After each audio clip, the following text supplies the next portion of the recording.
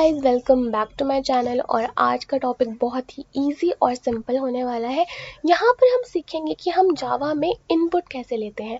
और ये बहुत इंपॉर्टेंट है क्योंकि काफ़ी लोग इनपुट लेने को बहुत ही डिफ़िकल्ट समझते हैं, बट मैं यहाँ पर आपको ईजी तरीके से समझाऊंगी। यहाँ पर हमारे पास दो तरीके के क्लास होते हैं, इनपुट क्लास होती है, जैसे एक स्कैनर क्लास हो गया, एक बफर एडिटर क्लास हो गया। मोस्टली लोग प्रेफर करते हैं स्कैनर क्लास को क्योंकि वो ईजी होता है, ऐसा बोलते हैं लोग। ऐसा कुछ भी नहीं, आप कोई भी यूज़ कर सकते हैं। प्रोग्रामिंग में कुछ डिफिकल्ट और इजी नहीं होता, बस आप जिसमें भी प्रैक्टिस कर लेंगे वो चीज़ आपके लिए इजी बन जाती है। तो ये हमारे पास दो चीज़ें होती हैं और यहाँ पर हम इसको java.util पैकेज से लेते हैं एक्सेस करने के लिए। तो मैं आपको ये प्रैक्टिकली दिखाती हूँ विजुअल स्टूडियो कोड पे।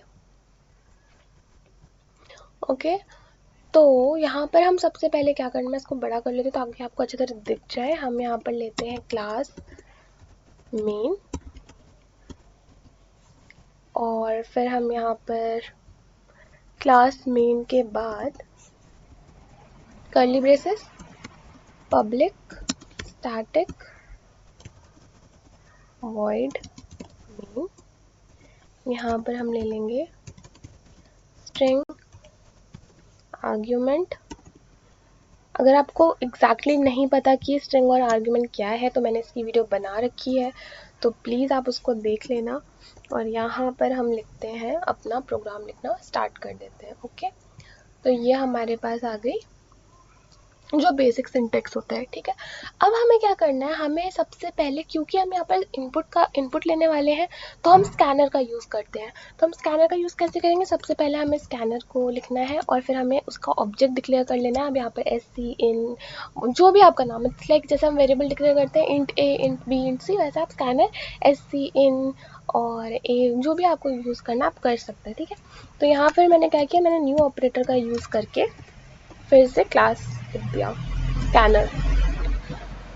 अब यहाँ पर जैसे कि हम आउटपुट लेते हो, जब हम आउटपुट डालते हैं या फिर आउटपुट प्रिंट कराते हैं तो हम system डॉट आउट का यूज़ करते हैं, राइट। लेकिन जब हमें इनपुट लेना होता है यूज़र से तो हम system डॉट इन का यूज़ करते हैं। तो मैं यहाँ पर system डॉट इन का यूज़ कर रही हूँ। तो ये हमारे पास हो गया system डॉट इन। अब जैसे कि आप देख सकते हैं यहाँ पर रेड लाइन क्यों आ रही है, क्योंकि कुछ एरर होगा। अब यहाँ पर क्या लिखा हुआ है, स्कैनर कांट बी रिजॉल्व। तो स्कैनर नहीं रिजॉल्व हो पा रहा क्योंकि हमने स्कैनर को इम्पोर्ट ही नहीं किया। तो ये सॉफ्टवेयर कैसे पहचानेगा कि ये स्कैनर है या फिर मतलब ये क्या चीज़ है। तो हम इसको इम्पोर्ट करा देंगे, import Java dot यूटिल dot scanner. अब वो रेड लाइन चली जाएगी, देख सकते हैं आप। Okay fine. अब इसके बाद हमें क्या करना है, यहाँ पर मैं एक लाइन प्रिंट कराती हूँ सिस्टम डॉट आउट से।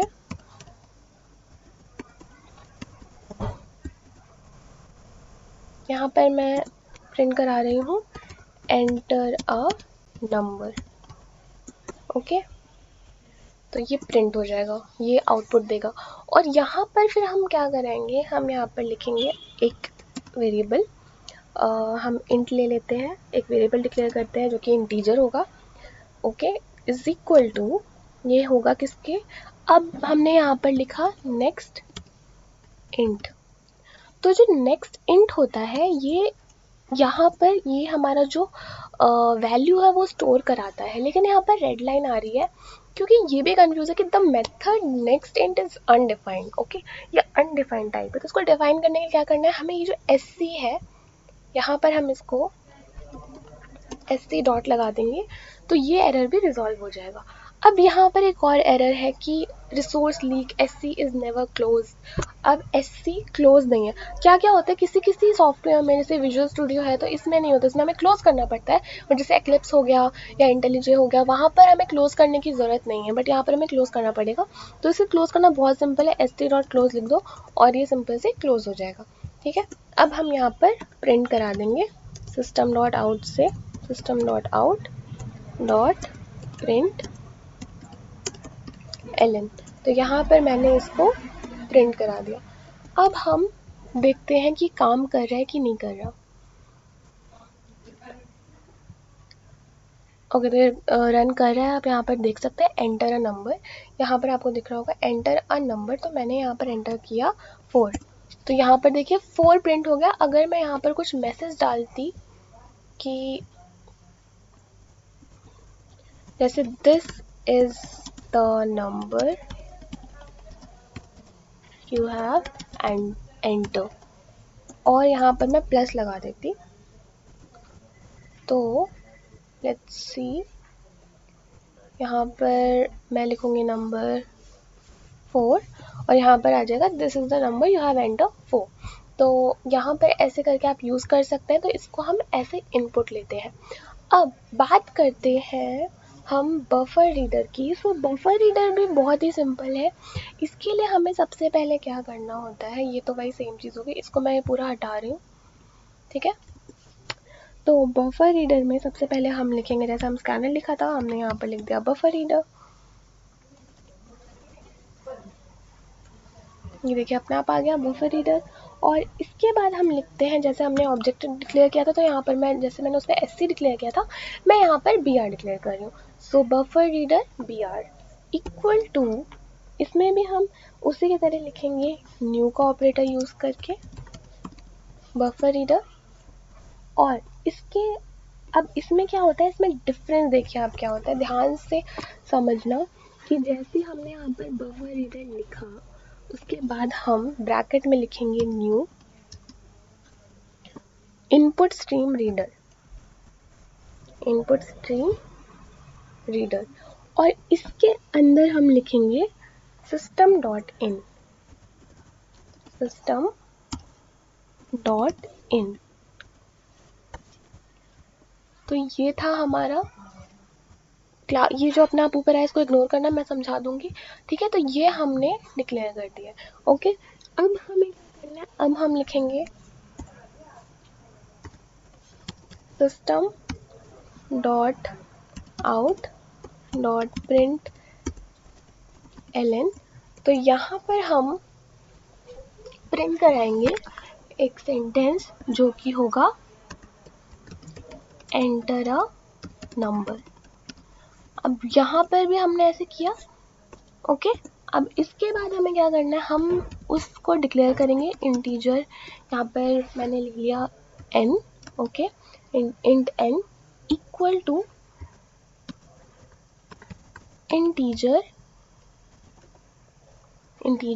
Dot parse. ये क्या करता है, कन्वर्ट कर देता है इंटीजर में, ओके। सो अब हम यहाँ पर क्या करेंगे, क्योंकि हमने BR लिया था ऑब्जेक्ट, जैसे हमने उस पर SC किया था SC डॉट, वैसे हम यहाँ पर BR डॉट रीड लाइन, यहाँ पर हम रीड लाइन का यूज करेंगे, ओके। तो ये अब ले लेगा और लास्ट में हम प्रिंट करा देंगे इसी से सिस्टम डॉट आउट से, इसको कॉपी कर लेते हैं,